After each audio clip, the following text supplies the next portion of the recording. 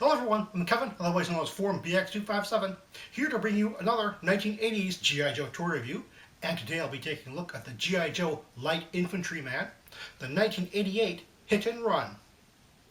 Now, like a lot of 1987 and 1988 characters, he doesn't make any cartoon appearances, but he makes his first comic book appearance in the old Marvel comic run of GI Joe in issue number 80.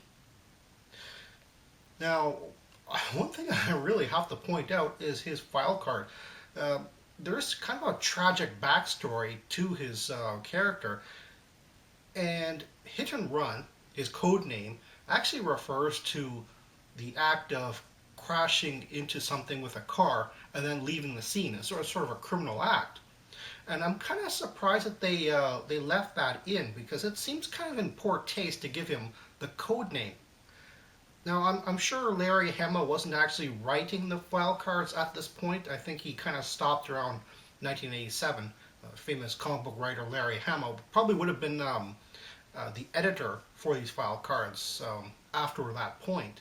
He was still involved, but he wasn't actually coming up with this stuff. And I'm kind of surprised he didn't put the brakes on that.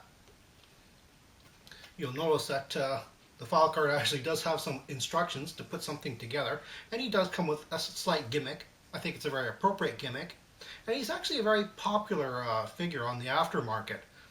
Even though he wasn't a rare figure, it is kind of hard to get him for a decent price now. Hit and Run comes with some very interesting accessories. Let's take a look at his primary weapon first. What the card contents lists as a Colt 9mm submachine gun. And while it does look like an M16, and sometimes the card listings does get it wrong, that is what this is. It's based on the Colt 635. You can tell that it's a 9mm because of the straight magazine, rather than the curved clip that an M16 would normally have.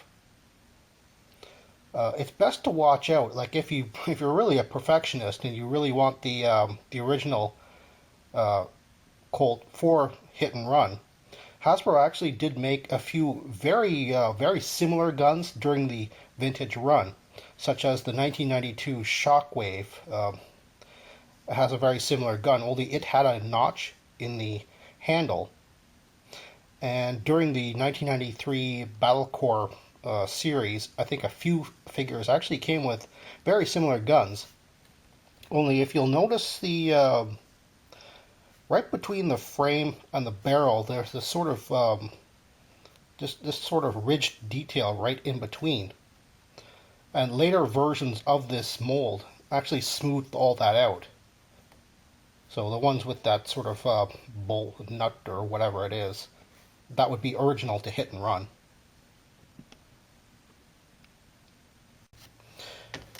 Now let's take a look at his duffel bag. This is a very interesting accessory, and this is actually part of his gimmick.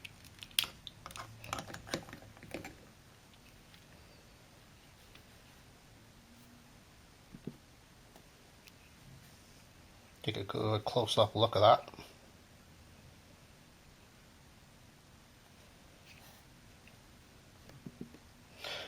And it has a hook with an attached rope and a little handle in here. Now, if you spin the little handle, the rope will pay out, because there's actually a spool on the inside of this thing. And that's what the instructions were for. You have to put this thing together so he can go mountain climbing, I guess. Pay it out even more. This is actually a very good length of rope that it originally came with. Unfortunately, the hook and the rope are some things that are very easily lost on the figure. And attached to the side is a removable knife.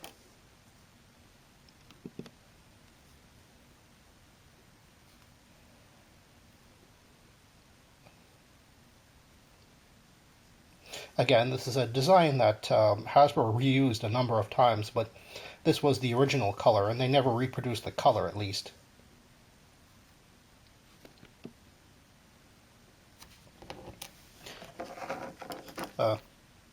going back to the hook and the rope, you'll actually notice on Hit and Run, he actually has a harness and a real loop on his belt.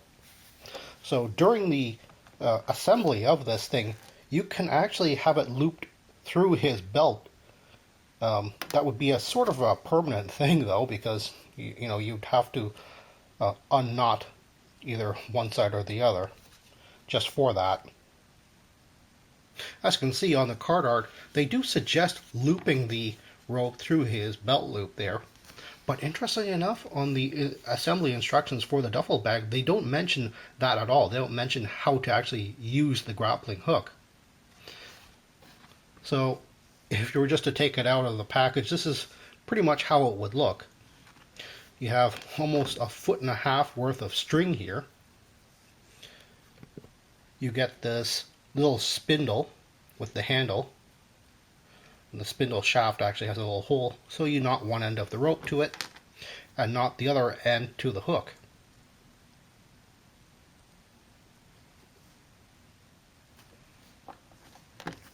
So then you can just sort of wrap this around the spindle shaft.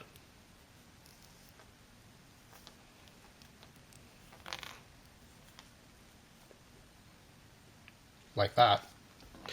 And then take 1/2 of the duffel bag,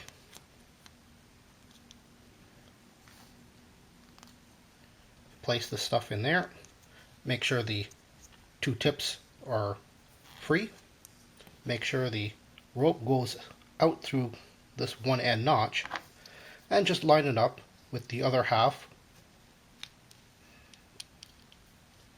snap it all together. And then what you have is this, where you can spin this in and you can retract the hook.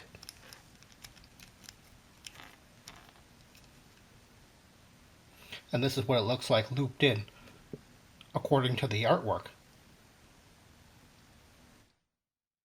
During the same year that the carded Hit and Run was released, Target stores in the US released a variant exclusive called the Airborne Assault Parachute Pack set with Hit and Run.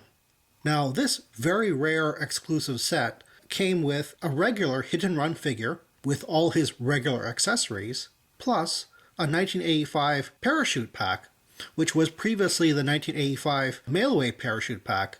And all of this consisted of was just the backpack, the string, the black web harness, and the parachute itself.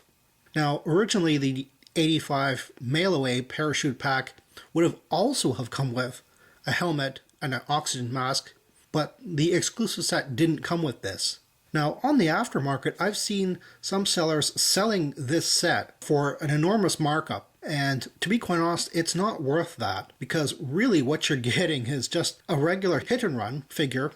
And a complete Hit and Run figure does, it does kind of go for a bit, sure. But an incomplete parachute pack added to that is maybe only $1 above what a regular Hit and Run would cost. It shouldn't be like several times worth. What you really have to look for is the file card. Now, the Target exclusive file card was not gray like the retail version, but actually orange. That was very unique. And that's really where all the value for this set is in. I mean, the file card alone really is maybe like $20 or $30 by itself. Well, that's all the time I have right now. Please check out my Facebook page for more information and behind-the-scenes photos for these reviews. Thank you for watching this video, and stay tuned for next time to see another 1980s GI Joe toy review. See you then.